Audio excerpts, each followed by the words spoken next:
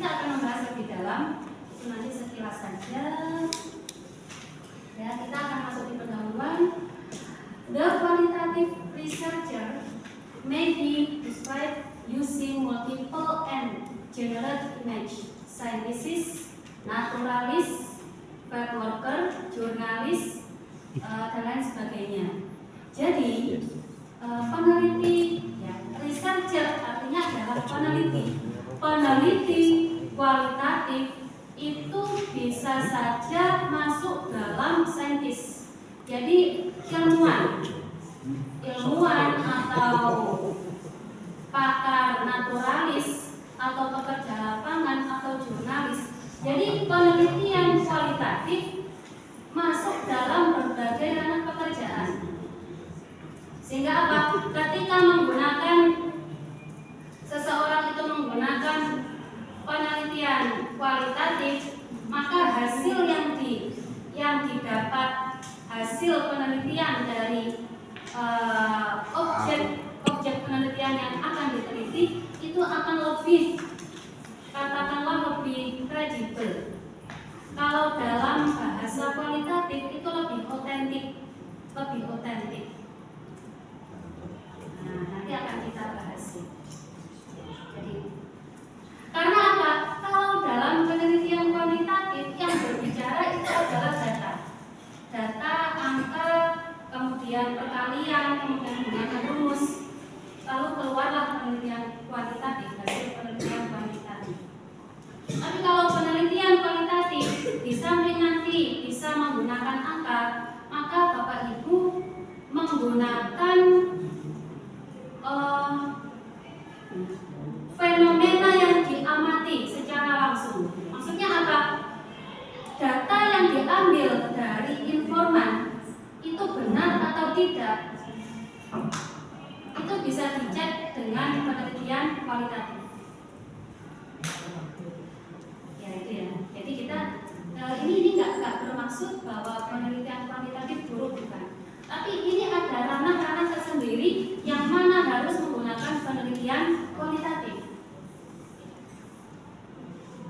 Nah, kita masuk dalam masalah. Ya. Kalau biasanya, kalau dalam skripsi, masalah itu apa sih? Masalah itu kadang kita mengartikan bahwa adanya kesenjangan antara harapan dan kenyataan, membandingkan gasolen dengan gasain. Gasolen itu harapan, gasain itu kenyataan. Kalau dalam skripsi biasanya seperti itu, adanya kesenjangan. Tapi kalau dalam tesis tidak. Masalah adalah suatu hal yang unik, yang langka, yang menyimpang, yang belum pernah diteliti. Atau seringkali diteliti di beberapa tempat dan berbeda waktu sehingga menjadi fenomenal. Sehingga apa? Kalau secara mudahnya, kalau dalam skripsi dalam satu tempat, ya, dalam satu tempat misalnya di SMA, tapi kalau dalam tesis bisa menggunakan beberapa tempat. SMA A, MA A, ataupun SMK. Nanti kan bisa menggunakan beberapa tempat. Nah, kalau dalam tesis, apakah nanti kalau ada judul yang menggunakan satu tempat itu bukan tesis? Tetap dikatakan itu adalah tesis. Yang membedakan apa? Analisis. Jadi antara skripsi dengan tesis itu yang membedakan adalah dalam segi analisis. Jadi semakin Bapak Ibu kaya dalam bacaan, semakin banyak membaca, itu nanti rasanya akan berbeda antara skripsi dengan tesis. Ya. Jadi kalau misalnya ingin tesisnya itu bagus, ya, maka mulai sekarang ini, bukan sekarang ini ya, nanti di rumah membaca. Jadi membaca. Apa yang dibaca? Bukan buku yang tebal, tapi yang sesuai dengan topik.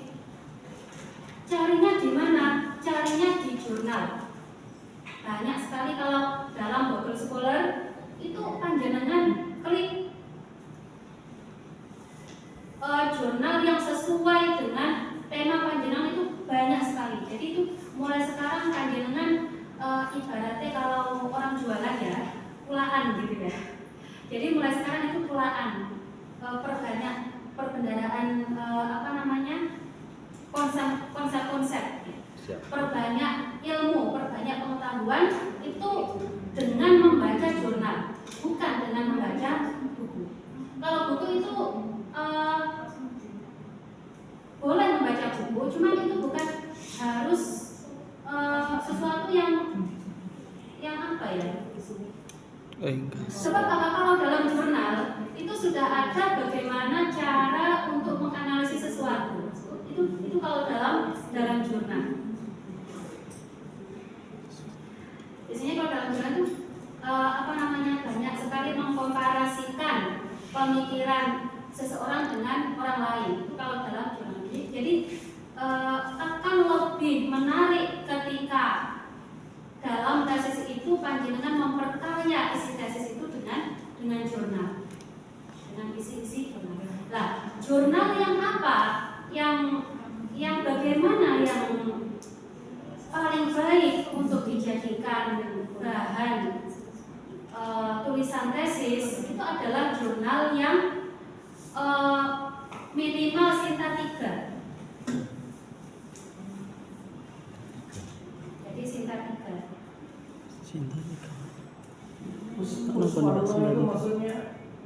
Itu orangnya. Orang yang mengatakan itu. Seperti bustan gitu. Tadi yang ngomong bustan. Istilah dasar. Itu namanya catatan perut.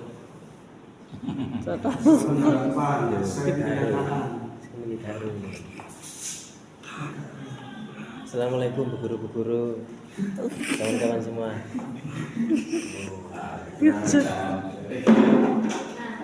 Kalau ingin mengecek jurnal itu bagus atau tidak, maksudnya di Sinta Kemendikbud. Ya. Jadi ini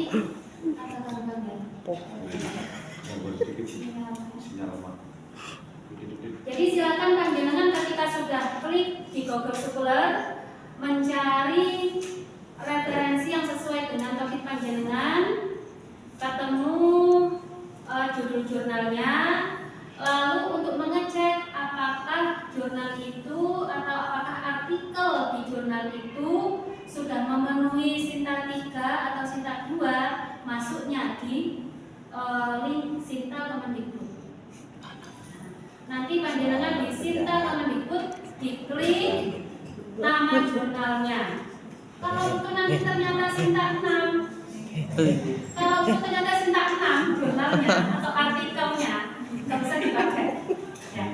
Jadi minimal Sinta 3 atau Sinta 2.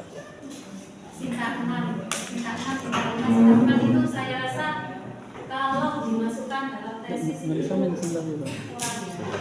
Ambil yang Sinta 3.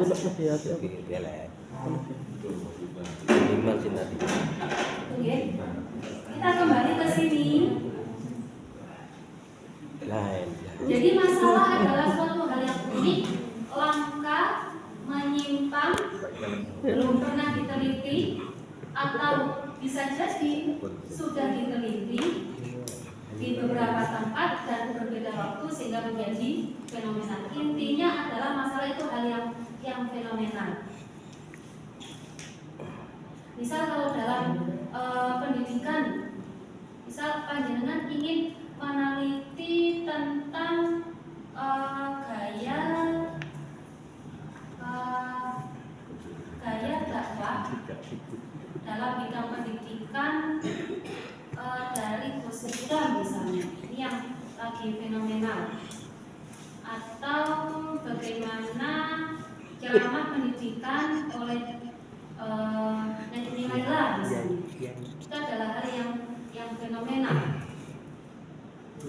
Atau mungkin yang sangat menarik ya sampai sekarang, sejak dulu sampai sekarang, ini adalah tentang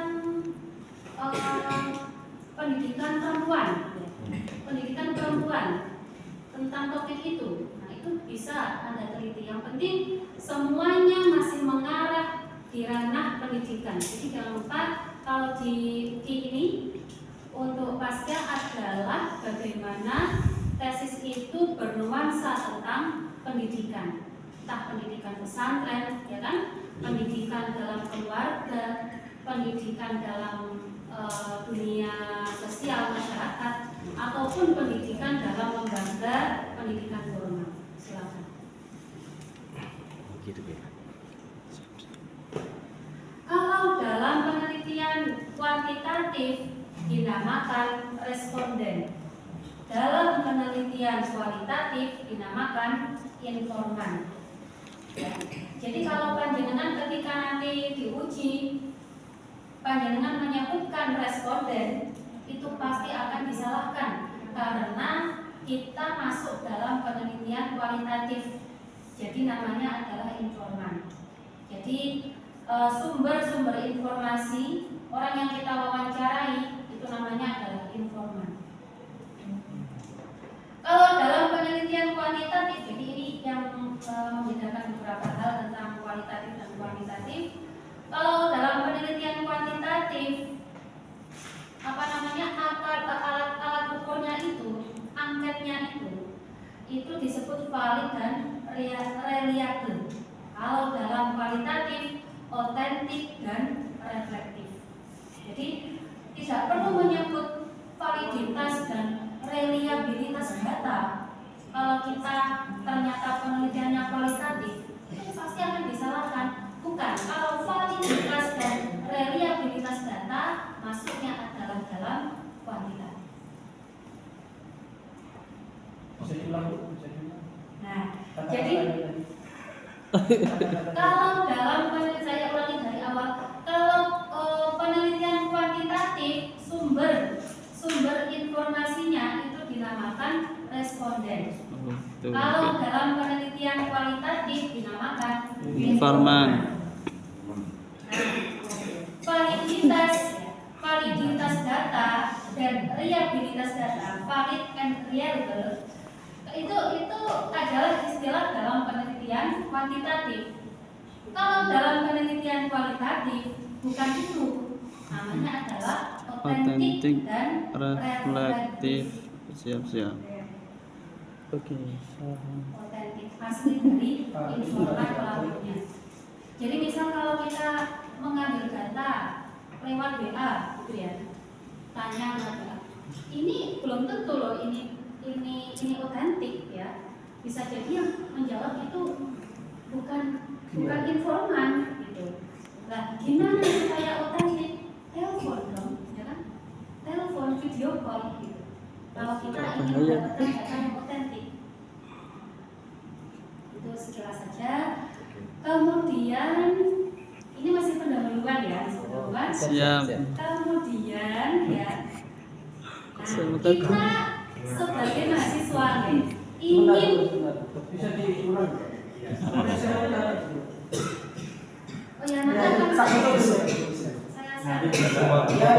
Zaman mototing di Tuangnya lagi. Kita sebagai mahasiswa tentu ingin tesis kita, hasil penelitian kita ini bagus ya. Hasil penelitian kita itu adalah hasil penelitian yang bagus, yang tentu berbeda dengan skripsi, ya kan? Maka ini ada beberapa syarat penelitian yang baik. Ini menurut Creswell. Yang pertama adalah peneliti dapat menjaga konsistensi paradigmatiknya. Konsistensi paradigmatiknya. Paradigma apa sih sebenarnya paradigma? Paradigma itu kalau secara mudahnya adalah madhab. Paradigma itu adalah pola pikir, madhabnya, pendapatnya, cara pandang ya, cara pandang, worldview, orangnya, pandangan dunia, worldview, itu paradigma. Nah, kalau ingin penelitiannya itu adalah penelitian yang baik, maka paradigmanya harus konsisten. Jadi misal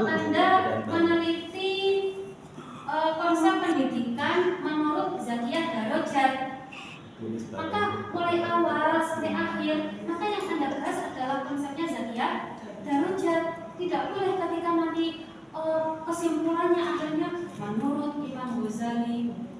Itu bukan penelitian yang bagus. Jadi penelitian yang bagus itu adalah paradigmanya konsisten, mulai bab 1 sampai bab 5. Itu pandangan dunia Anda adalah tentang Zatiyah Darajat misalnya. Atau mungkin tentang pendidikan konsepnya siapa ini namanya Badi'uz Zaman misalnya.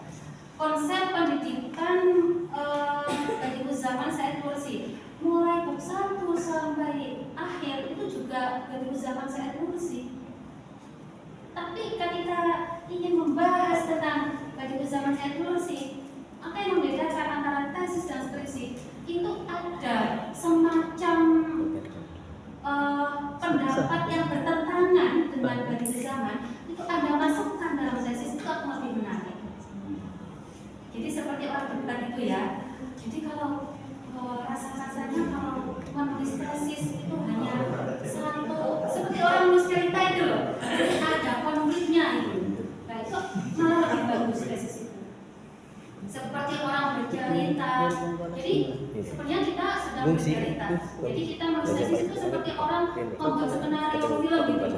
Jadi ketika analisis konsep pendidikan tentang konsep pendidikannya Badi'uz Zaman Said Nursi, maka Anda masukkan di situ bagaimana sih pemikirannya tentang pemikiran pendidikannya siapa namanya Max Weber misalnya. Inilah di apa namanya di kolaborasikan. Ditabrak-tabrak lah itu malah. Gitu. Tapi sampai akhir. Sampai akhir. Narasi ya. Kita pernah narasi. Anda sudah menemukan bagaimana proses pendidikan tentang Badi'uz Zaman Said. Berarti kalau kita makhluk ya, kalau kita meneliti seorang pendapat satu orang umpamanya, seperti tadi kata dengan Zatiyah Darajat, apa boleh kita mengkolaborasikan mungkin menurut Bapak Joko Nursio itu seperti ini, apa boleh? Boleh. Tapi itu kan berarti kita tidak menjaga konsistensi. Justru itu Anda sedang menjaga konsistensi. Oh gitu. Iya. Jadi seperti orang debat, ketika Anda merasa benar dengan satu pendapat, dengan pendapatnya Badi'uz Zaman Said Nursi, maka pandangan dunia Anda akan sempit. Jadi Anda masih membutuhkan pandangan orang lain tentang konsep itu untuk sebenarnya konsepnya Badi'uz Zaman Said Nursi itu ada kekurangannya enggak? Itu nanti akan kelihatan di kesimpulan.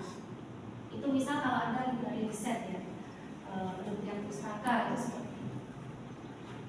Jadi bisa Anda baca contohnya jurnal karya Hadir, judulnya adalah Normativitas dan Historisitas Tasawuf. Di situ pemikirannya Ibnu Khaldun, Normativitas dan Historisitas Tasawuf. Itu akan muncul bagaimana pemikirannya Ibnu Khaldun. Ternyata pro kontra juga antara Imam Ghazali dengan Toha Hasan dan sebagainya, itu nanti ada seperti itu, akan lebih menarik ya. Lalu relevansi metodologis. Kalau mulai awal metodenya adalah kualitatif, maka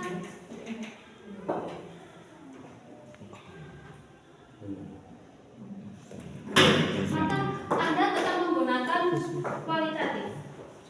Kalau mulai awal ada kalau mulai awal sumbernya adalah wawancara, ya wawancara itu terus gitu sampai selesai. Gimana hasilnya? Lalu finalisasi penelitian.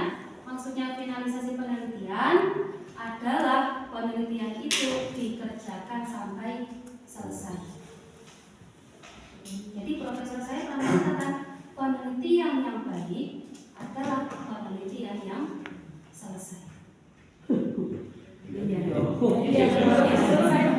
Kata saya juga Ya. Kata saya juga itu. Angan-angan,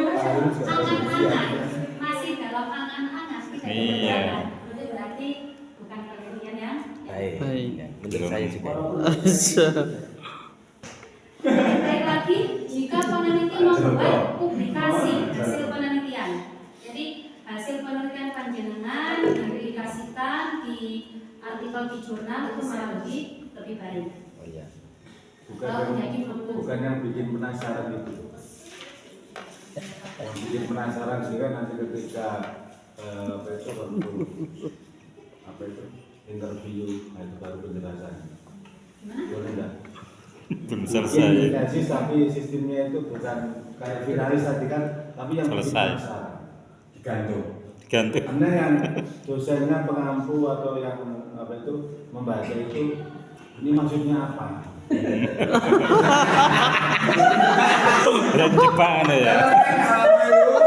Betul. Itu ada dua kemaknaan ya. Itu maksudnya apa itu? Jadi Biasanya Anda nggak paham. belum memahami, bisa jadi Biasanya nggak paham. Biasanya nggak paham. Bukan kok apa tapi bikin pembaca itu merasa tertarik, penasaran. Kelanjutannya episode berikutnya. Kan episode. Oh, jadi itu adalah mengenai topik ya. Topik penelitian yang membuat pembaca tertarik, pembaca penasaran, itu topik penelitian yang memang bagus bisa jadi. Tapi jangan sampai lupa ketika Anda membuat judul tesis, kemudian tesnya sudah selesai ya, lalu diujikan, ketika ditanya oleh penguji, Anda harus tahu makna tiap kata di judul itu. Tiap kata. Misal konsep pendidikan nasional, konsep sistem pendidikan nasional menurut Sisdiknas dan menurut Imam Al-Ghazali misalnya dalam kitab apa, maka yang ditanyakan oleh pembimbing penguji itu adalah apa sih konsep itu? Konsep itu apa? Konsep saja itu sudah ditanyakan. Umpama kita jawabnya seperti ini, sudah ada di kajian pustaka.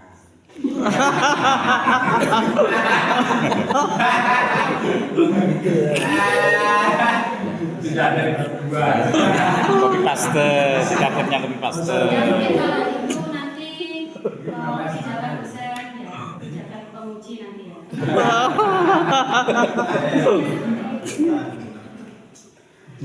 Lalu kita masuk dalam hal-hal yang nanti akan kita bahas. Yang pertama adalah tentang paradigma.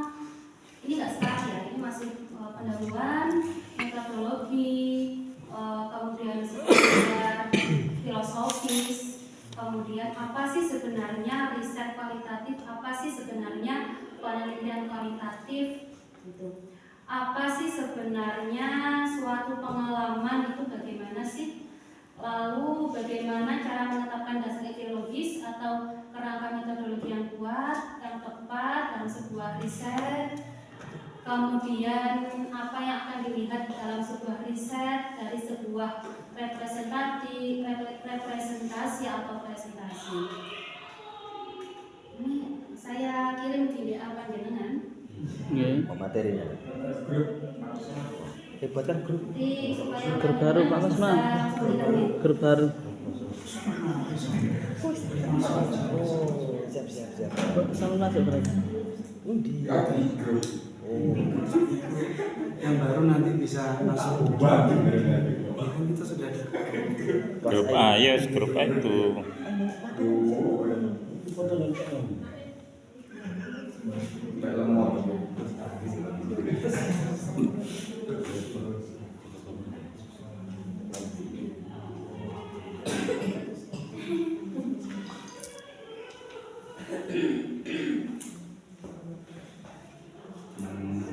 Riset kualitatif sambil sinyalnya ya. Riset kualitatif ini mengandung pengertian bahwa adanya upaya penggalian dan pemahaman pemaknaan.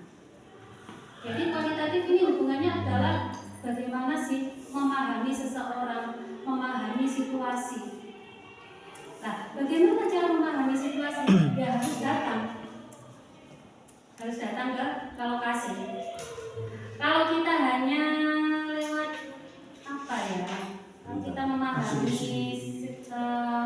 situs itu, memahami lokasi penelitian itu hanya katanya atau dikirimi videonya saja. Itu kadang ya nggak otentik. Jadi kita langsung ke lokasi untuk bertanya, untuk wawancara, untuk observasi dan sebagainya. Jadi itu kan. Tapi kalau kuantitatif, ya kita cukup saja mengirim angket ya ke link ke email itu sudah cukup kalau kuantitatif. Jadi menggunakan angket dan sebagainya. Cuma tentu semuanya itu ada kekurangannya juga. Ya. Kemudian riset kualitatif ini merupakan kajian dari berbagai studi dan kumpulan berbagai jenis materi. Sehingga ketika Anda masuk dalam S2 ya, kalau S2 itu harusnya multidisiplin ya. Jadi bukan monodisiplin ya. Kalau skripsi itu satu ranah ilmu.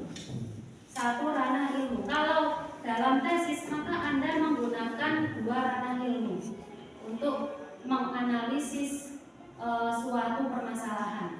Jadi dalam kajian teoritis atau kajian teori itu Anda menggunakan multidisiplin. Jadi bukan yang monodisiplin. Jadi kembali ke analisis tadi, lebih mendalam. Nah, saya kirim ke Pak Wahyudin ya. Pak Wahyudin. Pilihnya awalnya Wahyudin.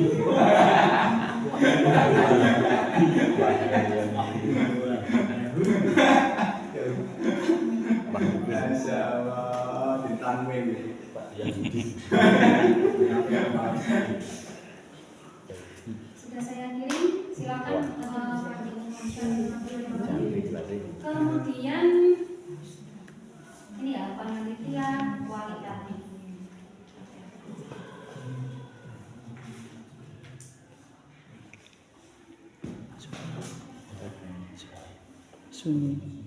Lalu apakah perbedaan penelitian kualitatif dengan penelitian kuantitatif? Ini di slide yang nomor 14 ya Pak Wahyudin. Di situ ada beberapa perbedaan antara penelitian kualitatif dengan penelitian kuantitatif. Ini banyak sekali ya perbedaannya. Kalau dari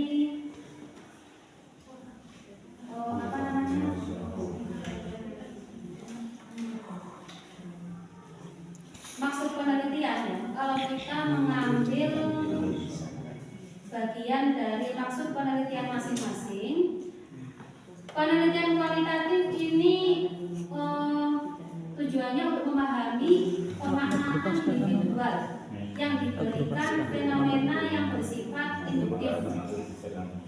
Sedangkan kalau penelitian kuantitatif induktif dari khusus ke umum. Jadi hal-hal yang bersifat khusus ini digeneralisasikan, diumumkan menjadi sesuatu yang umum.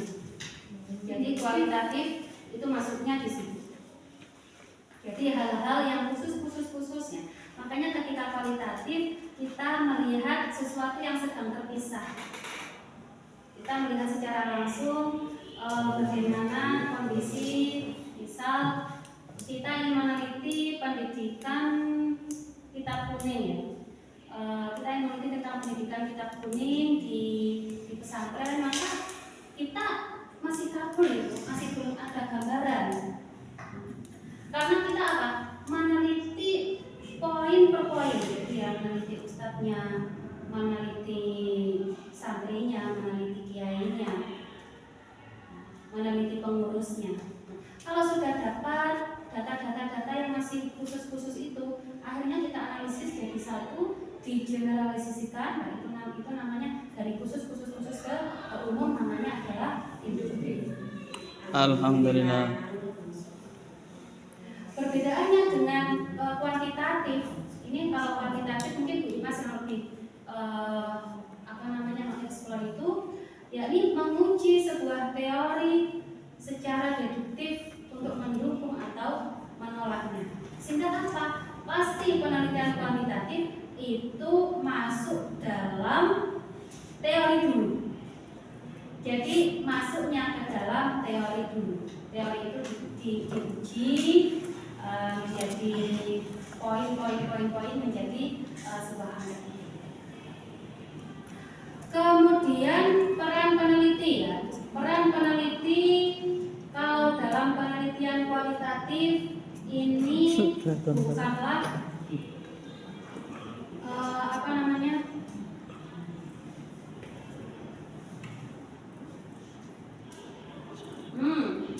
ini ada kesalahan cetak ini ya, minor role.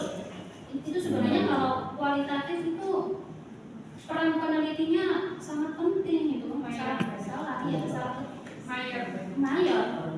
Jadi peneliti kualitatif itu dia bagaikan seorang aktor. Jadi dia penting sekali.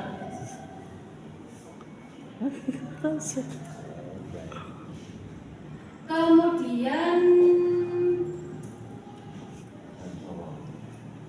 bagaimana tujuan difokuskan, bagaimana data dikumpulkan. Dari kalau penelitian kualitatif, dari pandangan berbagai partisipan di lokasi penelitian tertentu. Jadi dari pandangan berbagai partisipan di lokasi penelitian tertentu.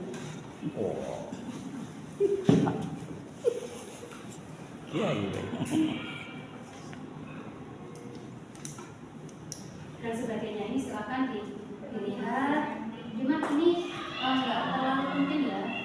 Kita langsung ke sini aja. Nah, sebelum kita mendapatkan judul, ini biasanya yang membuat tesis lama atau skripsi lama atau disertasi lama itu adalah mahasiswa tidak mendapatkan topik. Itu biasanya lamanya di sini.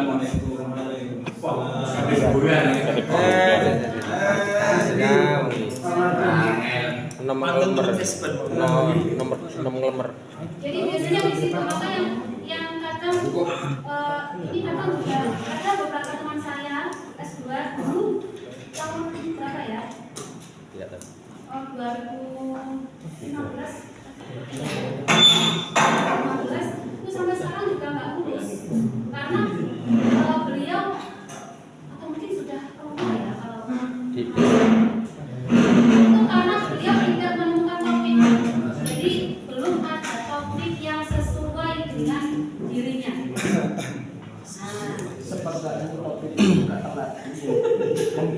Bagaimana topik yang benar, bagaimana topik yang menarik, bagaimana tadi yang ditanyakan tadi, bagaimana sih supaya topik tesis kita itu bisa menarik, bisa up to date. Maka kita harus membuat beberapa pertanyaan yang kita tanyakan pada hasil topik yang kita tulis. Apa itu yang pertama? Apakah topiknya itu layak? Apakah topiknya itu layak? Misal kita ingin meneliti tentang radikalisme. Radikalisme ya masih layak ya. Untuk sekarang masih bisa dan atau kita ingin meneliti misal tentang konsep pendidikan era Soeharto, ya buat apa gitu? Itu kan sudah usang, sudah layak, sudah nggak layak. Jadi kita pilih topik yang layak. lain yang memberi waktu yang cukup. Jadi ini sekitar 1,5 tahun ya Bapak Ibu ya? Atau kurang 1 tahun? 6 bulan ya kayaknya Bapak Ibu ya? Kurang Ya. 6 bulan ya? 6 bulan sampai 1 tahun ya? 1 tahun ya. Jadi dalam waktu 1 tahun ini monggo Bapak Ibu untuk memikirkan topik yang layak seperti apa, topik yang sekira dalam waktu kurang 1 tahun itu sudah selesai. Maaf Ibu.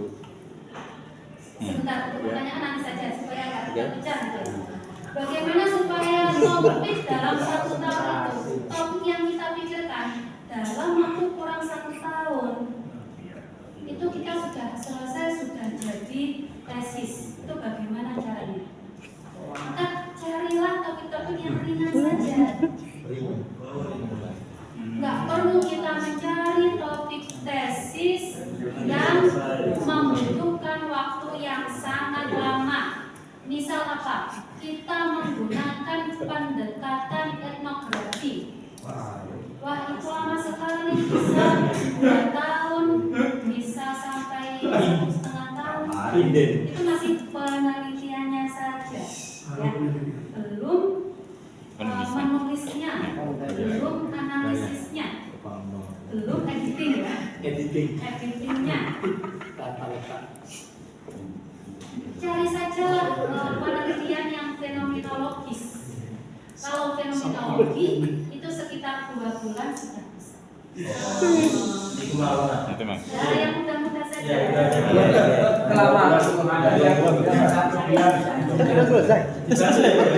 Ada yang setengah bulan. Pertanyaan terakhir Pak Mono. Kemudian yang kedua, apakah topik itu mengundang minat bila dikaitkan dengan kepentingan orang per orang pada umumnya? Misal, kalau kita ada di dunia ini ya, di dunia akademik ini, kemudian kita ingin meneliti tentang hukum misalnya, itu kan tidak ada hubungannya dengan jurusan kita. Kalau hukum ya berarti jurusan tentang hukum tata negara kan, jurusan itu. Kalau kita pendidikan, ambillah tema-tema yang mengundang minat, khususnya minat penguji atau minat hasil itu nanti kan akan dibutuhkan, kemudian biasanya menjadi bahan akreditasi ya. Ini tidak ada pembohongannya. Jadi tesis itu nanti pasti akan dinilai oleh pihak asesor ya. Jadi ini tesisnya mengarah ke pendidikan beneran apa enggak? Maka kita maksudnya kalau kita pendidikan ya pendidikan saja. Entah itu nanti panjenengan library riset atau kualitatif atau kuantitatif, jadi masuk lagi gitu. Lalu apakah hasilnya nanti akan memiliki keterkaitan dengan hal yang lain? Misalnya membuat perubahan meskipun dalam hal yang lokal, misalnya desa atau lembaga. Jadi hasil dari tesis itu apakah ada manfaatnya? Apakah ada manfaatnya? Misal kalau kita hanya meneliti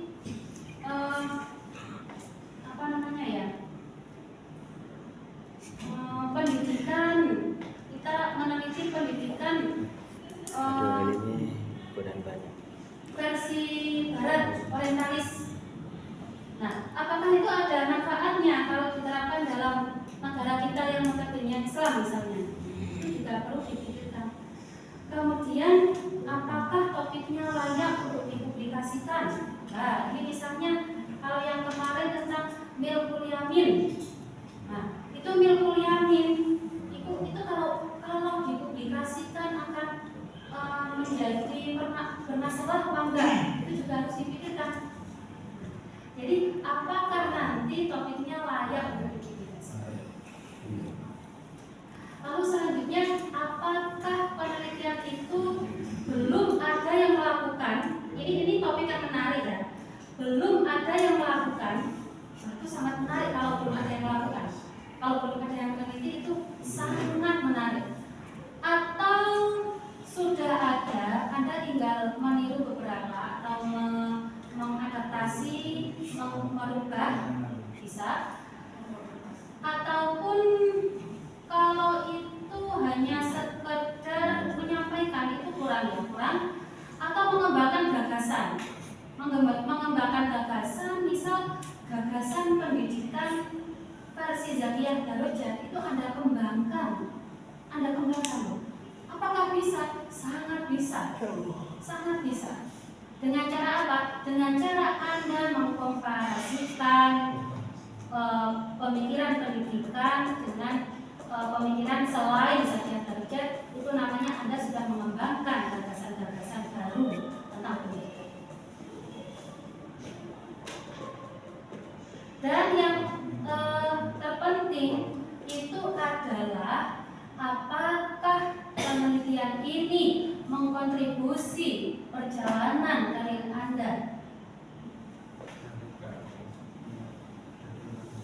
Kalau Anda menjadi guru, maka carilah topik penelitian yang bisa menambah wawasan Anda sebagai guru atau bisa mengupgrade kemampuan Anda sebagai guru. Misal Anda penelitian PTK, dijadikan tesis bisa. Kemudian Anda ingin meneliti tentang bagaimana caranya supaya mengajar itu bisa dipahami. Jadi Anda meneliti tentang metode pembelajaran apa sih yang menarik sekarang ini? Perundungan anak di sekolah itu lagi tren. Bukan. Metode penelitian, metode pembelajaran yang sekarang yang menarik apa sih? Pembelajaran. P5. Ini yang terbaru. Yang terbaru ini. Kurikulum Merdeka. Itu kan sebuah sistem ya. Tapi kalau metode apa sih yang Metodenya. Iya. Metode Riva. Metode cara baca kitab kuning. Ya misalnya Metode yang Manhaji. menarik itu adalah pendekatan proyek,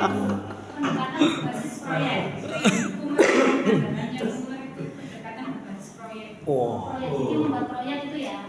Nah, itu kan bisa diteliti. Apakah pendekatan metode pendekatan berbasis proyek itu apa namanya ya? Bukan relevan. Efektif enggak gitu? Efektif enggak untuk bisa memahamkan pemahaman anak itu efektif enggak? Itu kan bisa diteliti. Akan muncul kekurangannya apa, kelebihannya apa, itu kan bisa. Jadi kita analisis sesuatu kritis, jadi kritis, lebih kritis. Jadi kalau dalam tesis lebih kritis lah. Misalkan kayak Nanti ya. Kemudian, nah, kita masuk di sini, isi panggilan semua belum mendapatkan file tentang buku tentang proposal tesis. Belum. Segera. Ya, segera. Untuk isinya yang pertama adalah latar masalah, kemudian identifikasi dan batasan masalah, lalu rumusan masalah, sesudah itu tujuan penelitian, kegunaan penelitian, kerangka teoritik, lalu penelitian teoretik. Ini semuanya kualitatif dan kuantitatif itu seperti ini. Kemudian metode penelitian, bagaimana pendekatannya, ya, pendekatan jangan terbalik ya. Pendekatan dan strategi itu berbeda. Jadi pendekatan dengan strategi penelitian itu sangat berbeda. Kira-kira lebih umum mana? Lebih luas yang mana? Cuma mas yang satu. Pendekatan. Nomor satu. Jadi kalau pendekatan itu ada dua, kualitatif atau kuantitatif. Sedangkan strategi ini berbeda-beda. Kalau strateginya kualitatif ini bla bla bla, strateginya kuantitatif bla bla bla. berbeda. Jadi strategi itu adalah bagian dari pendekatan. kemudian sampel dan metode sampling ini masuk di kuantitatif. Kuantitatif itu. Kalau kualitatif cukup ambil informan gitu aja untuk diwawancarai. Kemudian tempat penelitian, sumber data, instrumen penelitian, prosedur, rencana analisis data. Kemudian sistematika, pembahasan itu isi dari proses. Nah, supaya pembelajaran kita ini nggak satu arah ya. Saya tuh sebenarnya nggak suka kalau ngomong terus karena saya sebenarnya nggak bisa ngomong. Udah lancar nih. Jadi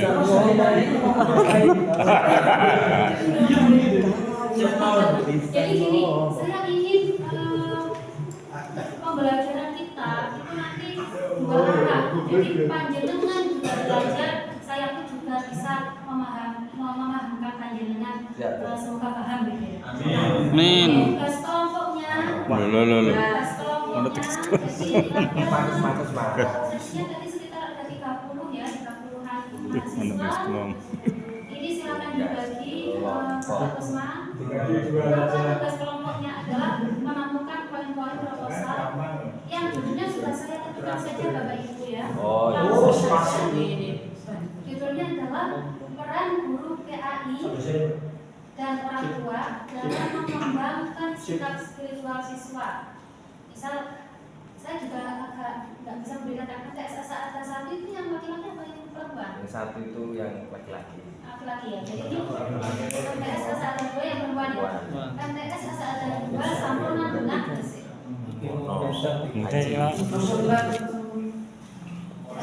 Kemudian apa nanti yang diteliti? Jadi ini ya judulnya semuanya sama.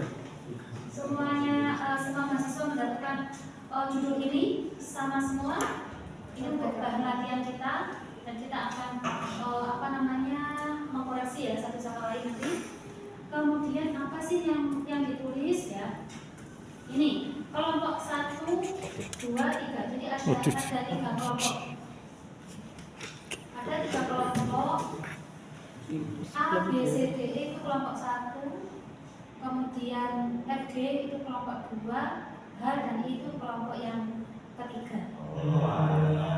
Siap. Yang F dan G itu sepertinya sedikit ya Bapak Ibu. Tapi itu banyak. Itu banyak itu.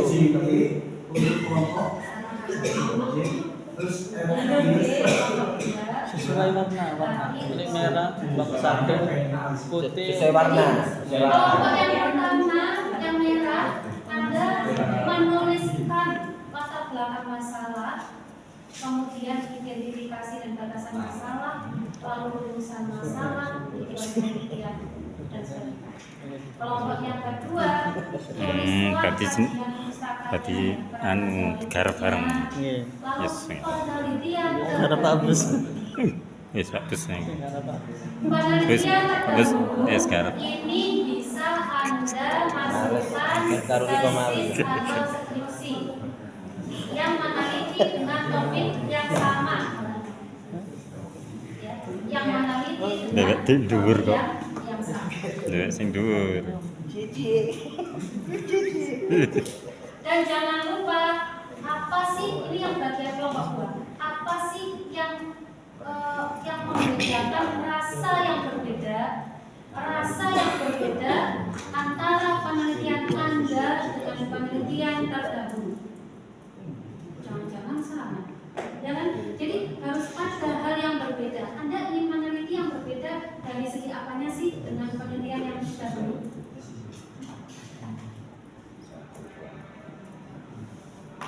Kemudian yang ketiga, kelompok yang ketiga, Anda tunjukkan metode penelitian yang tepat, pendekatannya apa yang tepat, lalu strateginya apa, kemudian langsung ke tempat penelitiannya apa, sumber data dan sebagainya. Itu ada apa namanya?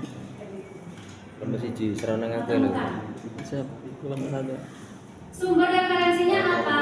Sumber referensi maksudnya buku Barbon tentang metode penelitian kualitatif apa?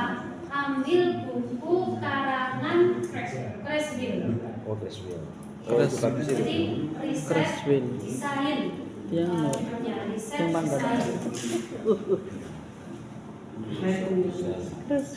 Ini, dan ini Pulau Creswell. Ini ya, Creswell. Creswell. Ini sudah dibahasa Indonesiakan.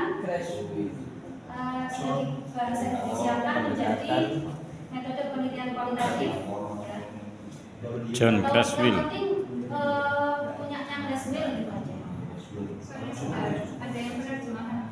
Ada yang terjemahan, ada yang versi Inggris. Mau yang mana? Bahasa Inggris saya. Bahasa Arab tak? Oh,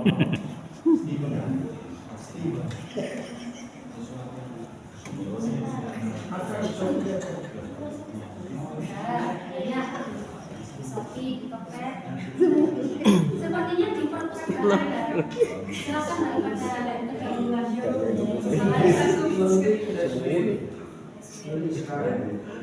Punya warna hitam putih. Biasanya sampulnya itu hitam putih jauh, ada hitam putih. Ada. Kemudian bahasa Inggris. Pelangi ada. Ya, bisa. Iya, ya. Kalau yang itu biasanya ada yang dalam literasi dunia. Riset desain. Gondrong bahasa Inggris. Enggak ini. Gondrong. Dari sini ada yang menanyakan pada Ibu. Silakan. Tanya Ibu. Bapak yang Ya. Batas. Oh, Kiai, monggo Kiai. Oke, oke. Tua dulu, kakak tua dulu. Terima kasih yang disampaikan. Saya mau tanya tentang ini perbedaan antara penelitian kualitatif untuk tesis sama untuk apa skripsi. Karena misalnya contoh ya, contohnya saya mau meneliti di satu yayasan lembaga, itu kan kayaknya sama. Terus dari perbedaannya untuk tesis sama untuk skripsinya di mana nantinya? Contohnya Di analisis. dalam bobotnya. bobotnya. Bobotnya lebih tebal. Pertama kalau kita secara kualitas ya, Kualitas. itu lebih tebal. Kemudian analisisnya lebih diperdalam. Makanya yang membedakan itu adalah kalau dalam tesis itu multidisipliner. Jadi memandang suatu permasalahan dengan menggunakan lebih dari satu disiplin ilmu. Lebih dalam. Ya. Misalnya contohnya apa? Kalau dalam skripsi apa? Yes. Ya seperti itu tadi. Contohnya misalnya menganalisis di satu lembaga, mulai dari peserta didiknya, gurunya, semuanya. Katakan di satu lembaga itu ada banyak lembaga pendidikan di sana, mulai TK sampai kita teliti, kemudian ya itu tadi yang membedakan antara skripsi sama tesisnya itu gimana kan gitu kan. Kalau tesis ya seperti itu, mungkin kualitatif kan sama kualitatif. Apa hanya bobot tebelnya itu saja apa gimana? Apa kedalaman dalam pengamatannya itu? Sehingga yang dibutuhkan ini Bapak, dalam tesis, dalam kajian teori, Anda lebih perdalam lagi di sini. Teorinya. Dalam kajian teori. Kadang begini kalau kita melihat skripsi ya, coba pandangan ya. Mungkin kalau melihat skripsi itu terkesan dia monodisipliner. Jadi melihat suatu permasalahan hanya satu itu saja dan kadang kurang kritis. Biasanya seperti itu. Nah, dalam tesis itu lebih dikritiskan lagi. Jangan-jangan dari hasil seperti itu nggak benar ini. Kan kadang begitu. Jadi kita uji lagi misalnya tesis, kita perdalam lagi, kita cari celah kekurangannya, kita cari kelebihannya dan sebagainya. Sehingga itu tadi yang membedakan multidisipliner. Jadi kalau dalam tesis ambil dua disiplin ilmu itu pasti akan lebih baik daripada skripsi. Siap. Contohnya kalau kita ingin meneliti tentang pendidikan dalam suatu lembaga, maka ambillah ilmu tentang ilmu sosiologi. Ambil ilmu sosiologi, kemudian ambillah ilmu tentang katakanlah misal dikomparasikan aja manajemen sosiologi seperti itu. Jadi dua disiplin. Bentuk konkretnya di mana? Bentuk konkretnya apakah gini, misalnya kita katakan meneliti peserta didiknya bla bla bla bla, terus menurut pendapat atau menurut pendapat toko, katakan toko manajemen seperti ini gitu ta? Apa pakai seperti itu toko? Nah ya. Jadi dalam ini saya ambilkan contoh ya, contoh tesis. Kan terlalu tinggi kalau seperti itu. Lebih ya.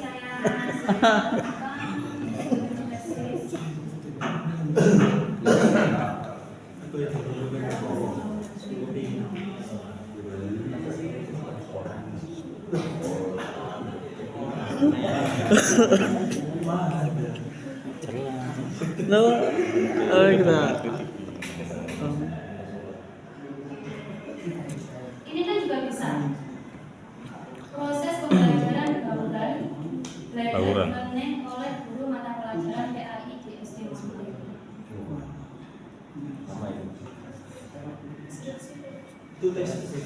Ini tesis ini judulnya kan seperti skripsi ya. Tapi isinya akan lebih berbobot. Isinya lebih Skripsi itu S1.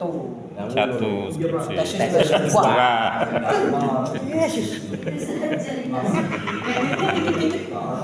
Beda dikit-dikit. Ganti judul aja.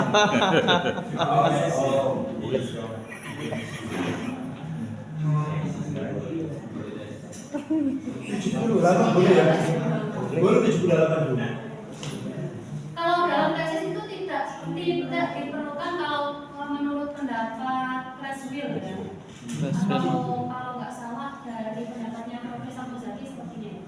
Kalau dalam tesis tidak diperlukan adanya novelty. Nggak perlu novelty itu dalam disertasi. Enggak, Novelty itu adalah kebaruan. Anda menemukan pemikiran baru. Kalau sekedar mengembangkan ya bisa sih. Tapi kalau dalam tesis Anda nggak perlu sampai menemukan novelty. Novelty itu adanya dalam disertasi. Jadi kalau tesis mengkomparasikan, menganalisis. Itu ya Bapak ya. Jadi masukkan saja, mendisiplinkan saja dalam teori. Bukan kita meneliti peserta ini kemudian menurut sosiologi begini, bukan. Masukkan dalam kajian teori multidisipliner. bisa di-share itu contohnya. Oh, nggak boleh. Oh, nggak bisa. Orang mau jalan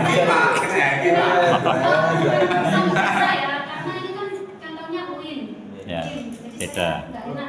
ya kan, jangan. Bisa. Ya, jangan. Oh, nggak bisa ya. Bisa. Dilihat contohnya Bapak Ibu. Oh, tesis di perusahaan banyak ya. Oh iya, Bisa. diambil nanti. Itu cover. Jadi kalau isi skripsi, kemudian tesis, kemudian ini disertasi. Bisa copy paste. Kalau nggak salah ya, kalau tesis itu angka 3, kalau skripsi angka 5, disertasi angka 9.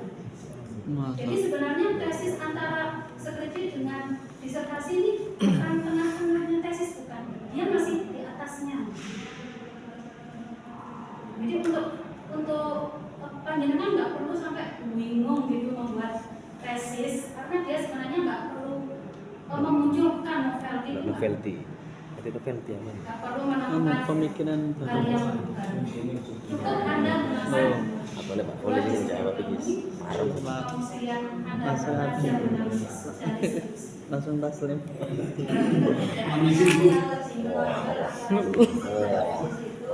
Anak 5. Sudah betul sekali. Kalau di sini di UGI kan beda-beda ya. Beda-beda. Kampus ada yang bab 2, ada yang bab 2 ya. Kalau di sini saya juga belum tahu ya. Yang ini kan masuk di kajian teori. Iya. Kalau di kampus lain bab 1 itu sampai sistematika pembahasan. Metodologi penelitian itu masuk di bab 1.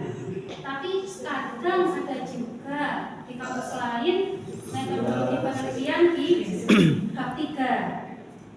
Jadi bab 1 pendahuluan, kemudian bab 2 kajian teori, bab 3 metode penelitian. Itu ada yang seperti itu. Ada yang bab 1 mulai pendahuluan sampai sistematika pembahasan sampai metode pun itu di bab 1. Kemudian bab 2 kajian teori, bab 3 hasil pembahasan, bab 4 analisis, bab 5 kesimpulan dan selesai. Sidang. Tugas minggu, 2 minggu Nah, lagi. itu ya yang penting panjenengan mulai membaca ya. Mulai membaca dan membaca. Entah itu membaca jurnal, saya lebih merekomendasikan panjenengan membaca jurnal tentang pendidikan. Dan untuk membaca rekomendasi yang sudah tadi di perpustakaan.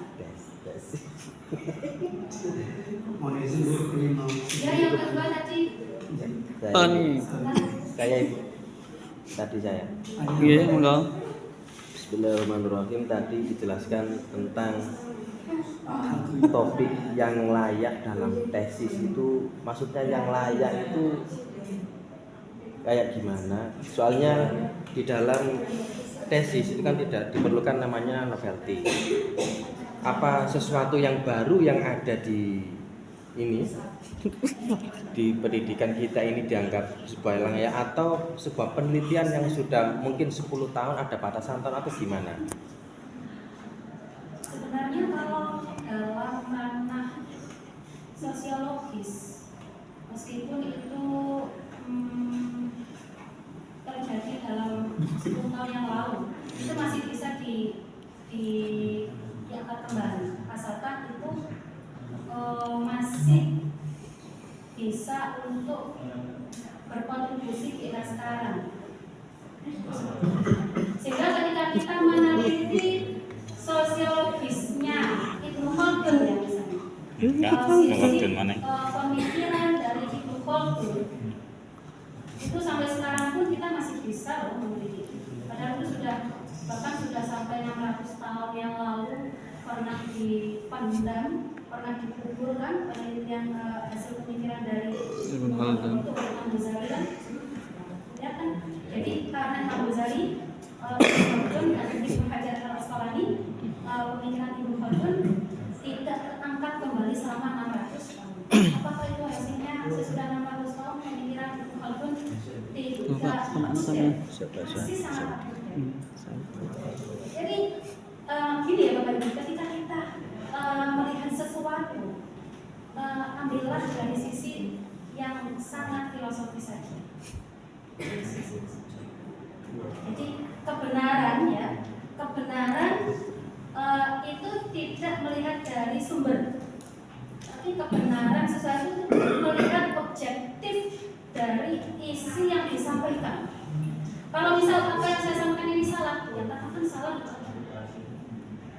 Apa yang digagas oleh Imam Ghazali misalnya, ternyata ada hal yang kurang relevan dengan pendidikan, ya katakanlah itu kurang relevan. Itulah yang namanya kejujuran ini. Jadi itu ya Bapak ya. Jadi layak dan tidak itu bukan ukuran dari waktu lamanya gitu. Berarti kita bisa mengangkat kurikulum yang tahun-tahun sebelumnya kita angkat.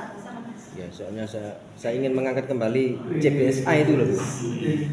CBSA itu kalau menurut saya itu sangat mungkin ada kecocokan sekali dengan kurikulum Merdeka sekarang ini. Kalau saya lihat sepintas CBSA tahun 94 itu. Bisa Anda menelitinya library riset atau bagaimana? Bisa nanti kita library riset. Soalnya harus tahu Sulit. data-data terus dahulu. Enggak masalah, lama enggak apa-apa. Yang penting selesai. Kontrol kitab. Lebih baik ketika Anda ingin meneliti tentang CBSA, maka Anda ambil metode pembelajarannya saja. Jadi metode pembelajaran dalam CBSA itu, ya, kalau Anda ingin tahu itu menarik atau tidak, teruji atau layak atau tidak, yaitu kemudian dijadikan PTK. Oh. Lalu Anda meneliti guru, Anda minta seorang guru untuk mengajar menggunakan metode itu, lalu Anda teliti kelebihan dan kekurangan. Itu akan lebih menarik daripada ketika Tambah sih untuk skripsi. Iya, namanya PTK itu orang kecilnya. dan dikalikan dengan Kualitatif ya. situasi pendidikan saat ini. Itu menarik. Mencari bahan itu terlalu. Kemudian Anak 5. Ini yang pertama Yang pertama, dua berarti. terkait komparasi yang harus disampaikan tadi. Misal dalam pembuatan tesis saya nanti, saya mau mengkomparasikan sebuah metode pembelajaran Al-Quran, metode Iqra dan juga Umi. Ini sepintas yang kami ketahui kan, cara kami meneliti satu proses pembelajaran dari dua metode tersebut lebih mudah dipahami yang mana antara satu metode dan metode yang lain, yakni Iqra sama metode Umi. Kemudian bagaimana peserta didik memaham dari dua metode tersebut. Nah, ini dua contoh yang saya sampaikan. Kalau untuk tesis nanti yang logikanya harus lebih kritis lagi, kira-kira kita harus dengan cara apa yang kita teliti? Akankah nanti dari tenaga pengajar masing-masing metode itu, semisal kalau di Umi itu kan ada semacam sertifikasi, kalau Iqra itu kan terus kalau Iqra dan ini dulu nggak ada metode Umi itu kitabnya dijual di pasar-pasar, tapi sekarang kayaknya banyak yang membaca di online banyak ada. Padahal itu boleh seperti itu. Nah kalau yang Iqra kan kita pengen di mana aja kita bisa mengkonsumsi itu yang metode kita. Nah kembali pada pertanyaan, kira-kira nanti untuk lebih bersifat kritis dalam membuat tesis dari komparasi dua metode itu sendiri gimana? Jadi Anda meneliti dua lembaga ya di sini. Ya bisa jadi. Ya, meneliti dua lembaga. Kemudian yang Anda ambil, makanya gini gitu Bapak Ibu. Ketika tesis itu akan lebih menarik, ketika itu lebih terfokus. Anda ingin melihat dari sisi apanya? Dari dua metode itu. Semisal lebih mudah dipaham untuk bagi peserta didik. Ya, itu dari sisi apanya? Metodenya. Dari metode pembelajarannya atau dari buku ini Metode yang disampaikan. dari metodenya. Metode pembelajaran. Karena saya sendiri, mohon maaf, dulu saya juga pernah kursus Al-Quran KIP Kenapa maaf. Anda minta maaf? Kenapa kok minta maaf? Takutnya ada paparan yang kurang saya sendiri dulu sudah merasa agak besar membaca Al-Quran, sudah pernah sempat merasa agak bisa membaca Al-Quran karena saya juga pernah kursus di salah satu pesantren KIP yang di Kemudian setelah saya memasuki metode dan mendalami metode Umi ini, kemudian untuk menjadi pengajar Umi juga harus punya sertifikat. Kita harus sertifikasi. ternyata di situ ada sebuah penekanan yang dasarnya sih belum bisa ngaji ya. Contoh tinjauan lisanul matnya. Sementara ini yang saya tahu kalau tajwid itu ya kalau memang makobili ya makobili, arif sukun dan sebagainya ya seperti itu. Nah ternyata setelah saya dalami lagi di metode ini, salah satu contoh metode ini, di situ ada semacam pendalaman kayak jadi metode kayak lisanul matnya lebih tepat. Contoh kita melafalkan jilmi lebih daripada sementara makanya bisa bilang mohon maaf takut ada metode ikro dan yang lainnya. Kenapa? Itu tadi kenapa mohon maaf? Itu lah ya Bapak Ibu ya. Jadi saya masih gini, ketika suatu ilmu itu nggak usah lah minta maaf. Jadi nggak usah minta maaf. Ya, saya sudah biasa. Keunggulan atau Kalau ada kekurangan. itu nggak usah minta maaf. Itu memang nggak ada yang salah. Salah selalu nih. Ada juga yang objektif aja. Ketika nanti guru kita meneliti tentang gurunya nggak masuk ya itu saja nggak masuk. telat. Gurunya telat itu saja telat. Jangan. Atau muridnya telat bisa Telat. Mungkin yang kedua begitu tadi. Kalau mana ini? nanti tulis saja di Anjay ini. ini sudah kalau di